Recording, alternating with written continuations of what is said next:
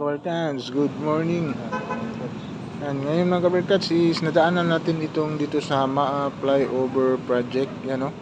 Nagkakabit na ulit naman sila ng girder dito mga kabarkats. Siguro kagabi pa ito sila. Ito yung dating nilagay nila na bago lang. Yan. Dito sa MAA flyover. Ngayon is nagkabit sila, siguro kagabi pa lang sila. Yan, talagang mabilis talaga sila magkabit mga kabarkats. Kagabi pa yan.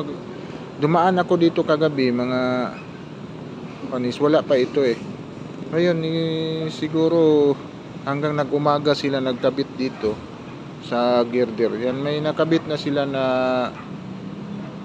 6 kasi 8 girder siya ito.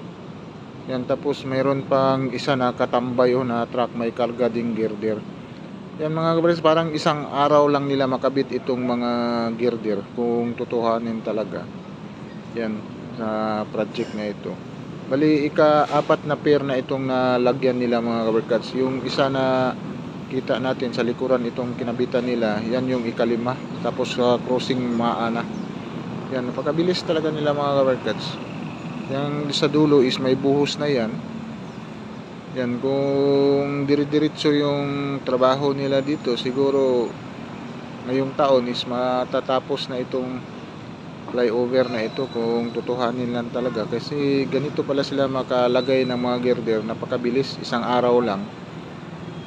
Sample natin is kagabi lang sila nagsimula naglagay dito sa kabila. Yan hanggang nag-umaga sila. Ang kulang na girder is parang 3 na lang. 3 o 2. Parang 2 girder na lang ang kulang. Yan mabuo na yung isang pair na nilagyan nila.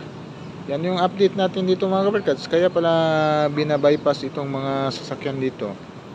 Yan hindi madaanan itong isang lane dito. Binabypass doon sa kabila. Kaya time check is 7:30.